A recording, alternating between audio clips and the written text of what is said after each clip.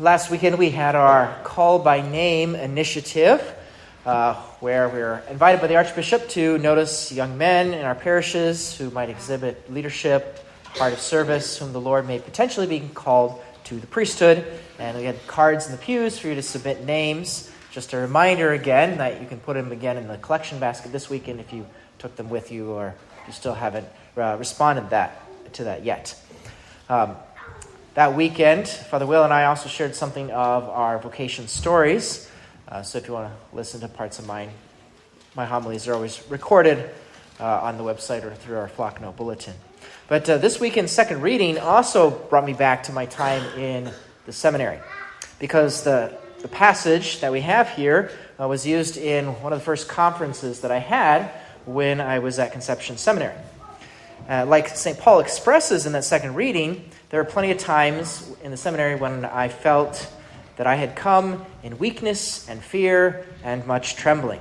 What was I doing here? How could I be a priest?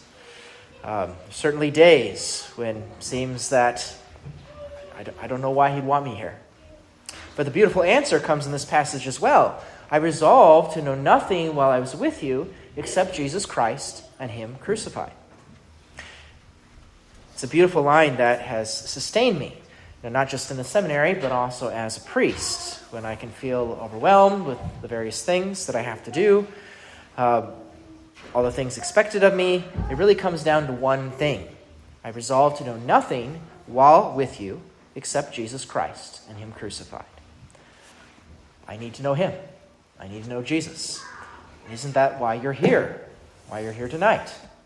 Because you want to know Jesus.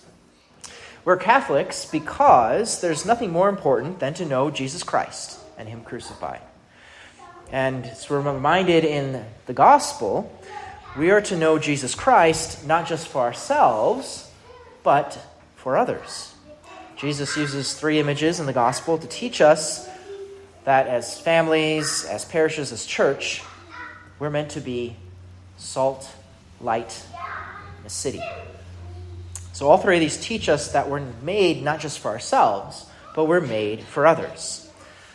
So you are the salt of the earth. Think about salt. What do we use it for? Well, in food, we use it to flavor the food, to spice the foods up. Salt isn't just used to flavor itself. We don't usually have the habit of just eating the salt only by itself, but rather you put it on the food so it can help bring out the flavor of the food that you put it on. And that's the point of our lives as well as Christians. To live not just for myself, but to live for others, to spice up the world, to give flavor to the world around us, to flavor it with the message of the gospel, so that they also might know Jesus Christ crucified. Salt is also used in food as a preservative. So too, we are called to help preserve the world. Without God, the culture can decay and die. But we're called to help him preserve the world. Preserve it especially from sin. Also during the winter in our area, we use salt to melt the ice, loosen up what's frozen. And so too for us, as salt of the earth, we need to loosen a world that's frozen in the destructive ways of sin. So that's the first, salt of the earth. Then we are to be light of the world. Light enables us to see. That's why we put lights in our churches, because it's the light by which we see everything else. So just like salt, light's not just for itself.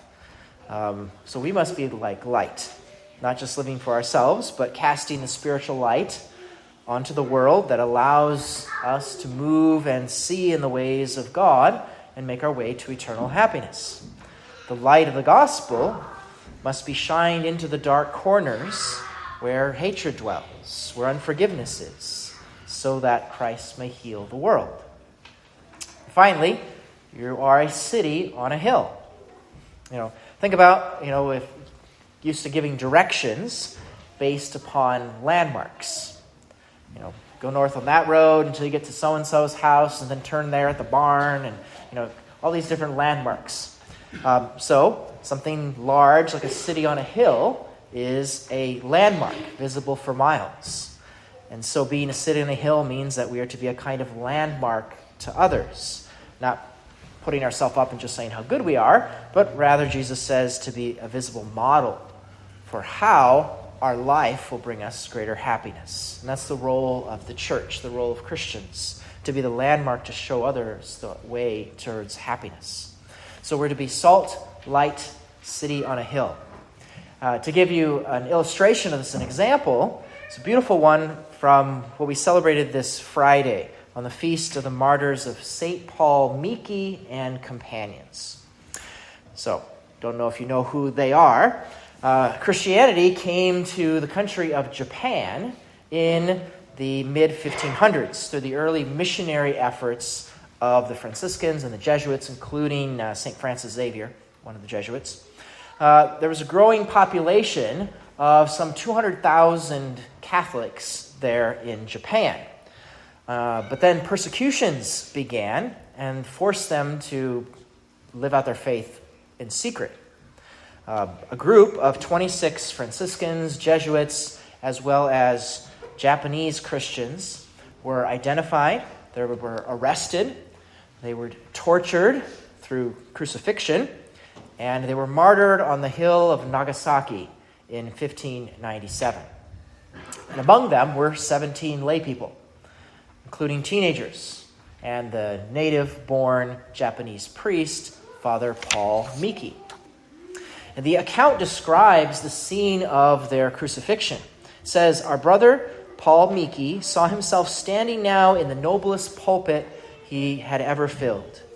To his congregation, right there from the cross, he began proclaiming himself a Japanese and a Jesuit.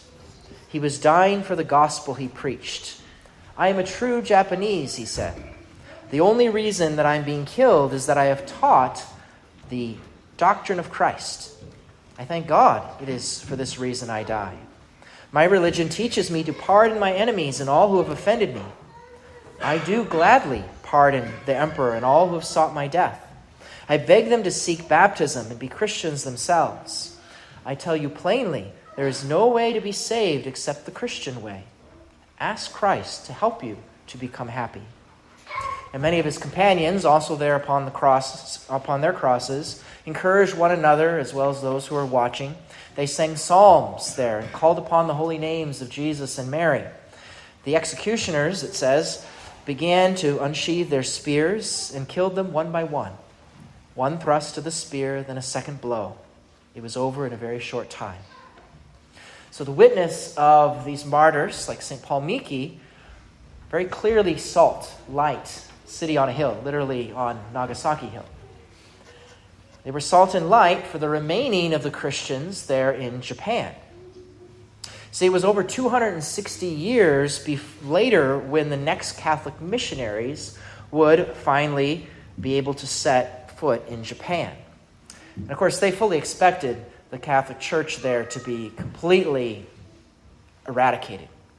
But instead, they found still thousands of Christians living around Nagasaki who had secretly preserved the faith. Father Paul Miki had prayed from the cross, "I hope my blood will fall on my fellow men as a fruitful rain." And fruitful it was. It flavored the area around. It preserved the faith. The faith was preserved for those 260 years without any church buildings, without priests, without the sacraments other than baptism, without the Eucharist. And so our own time, sometimes we get into the mode of complaining about our relatively small changes that we've had to go through and our own way of living out the faith. You know, we don't have enough priests. Perhaps, but we have priests. We don't have Mass at every church. Yes, but we have churches. And we have the Eucharist. At any time we want, we can come and visit Jesus here within our church. We have his real presence. But Mass isn't at the time that I want. Yes, but at least it remains legal. We don't get arrested if we try to come here. Those faithful Japanese lay Catholics during those 260 years wouldn't be much impressed with excuses that we can have, like, Sunday sports and activities and the work that we simply must do so that we don't have time to pray. Having to go a few more miles down the road. Those 26 Japanese martyrs were forced to march 600 miles from town to town for an entire month as they were put on display before their crucifixion and their death.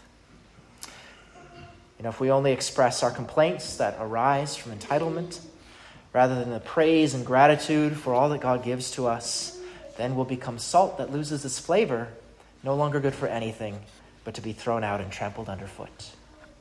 But instead, be salt and light for the world.